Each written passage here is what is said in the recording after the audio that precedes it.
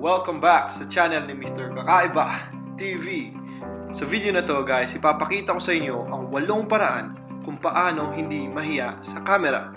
Pero before we start, sa mga di pa nakakapag-subscribe dyan, mag-subscribe na kayo dahil I know that you will love this. Bakit kaya tayo kinakabahan kapag may camera sa harap natin? Siguro dahil di tayo sanay o kulang tayo sa practice. Magpapanik talaga tayo, kaya dapat lagi tayong handa. Kaya ito ang mga natagpuan nating tips na baka makatulong sa ating vlogging career. Unang tip natin ay ang mag-practice muna.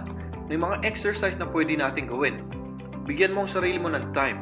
Upo ka lang, humarap ka sa camera, press record, tapos try mo ikwento yung ginawa mo ngayong araw.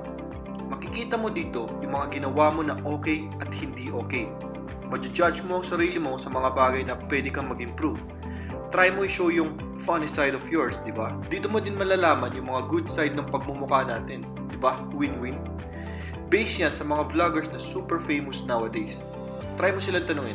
They will say the same exact thing. Tip number 2 ay ang pagsulat ng script.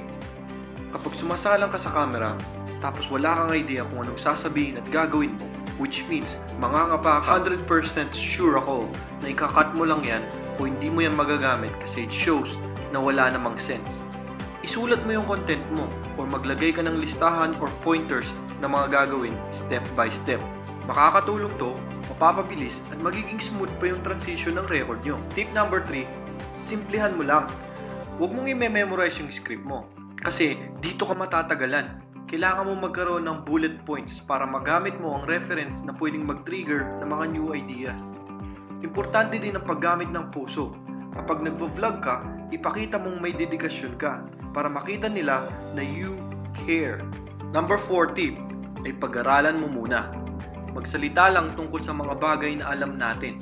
Kasi kung hindi, makikita at mararamdaman yan ng tao. Tulad ng paghinto-hinto, pag-iisip ng matagal bago sumagot. Yan pa ang magiging dahilan ng kawalan ng interes. Kasi pinapakita mo na wala kang idea sa topic mo. Try mo ang small paragraphs at a time. Rehearse, rehearse, rehearse. Panglima ay pagbigay ng full attention. Eye contact sa camera ay isang malaking bagay sa pag-vlog. Kasi kung patingin-tingin ka kung saan man yan, tapos dadagdagan mo pa ng magulong paturo-turo sa kamay, magiging awkward yun sa mga viewers at mahihirapan silang mag-concentrate. Eye contact commands attention, kaya lalo silang ma-engage sa kung ano mang gusto mong sabihin.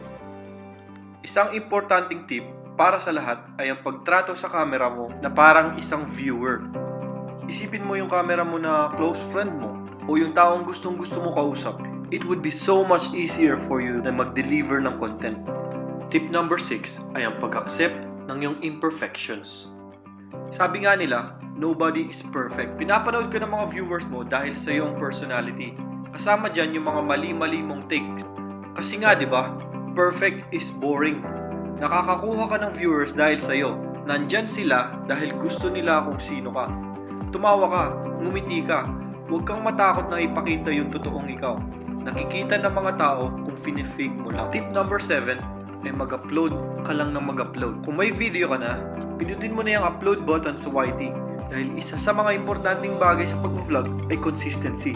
Kapag di ka consistent, hindi magiging involved ang mga tao sa'yo. Ang gusto natin ay magkaroon tayo ng attachment at strong relationship sa mga nanonood sa channel. Gusto ng mga tao makakita ng fresh content. Kaya huwag kang tatamad-tamad at i-edit mo na yung nakatagong clips mo sa baul.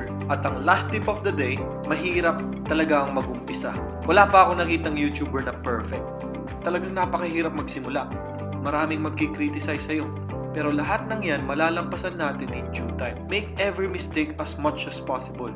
Kasi ito magtuturo sa atin to get better at para malaman natin kung nasan ang tamang daan. And yes, yan ang 8 tips for the day. Sana guys nakatulong ang video na to sa mga aspiring vloggers natin dyan o sa mga YouTubers na gustong ma-develop pa ang kanilang skills. Kung meron kang kakilala dyan na kailangan mapanood to, huwag na magatubili pang i-share ang video. Malay mo, di ba? Ito na ang susi sa kanilang success. Maraming salamat po sa panonood. Do not forget to like, comment, and subscribe. I hope to see you guys soon sa next pa nating videos. Thank you again. Hanggang sa muli!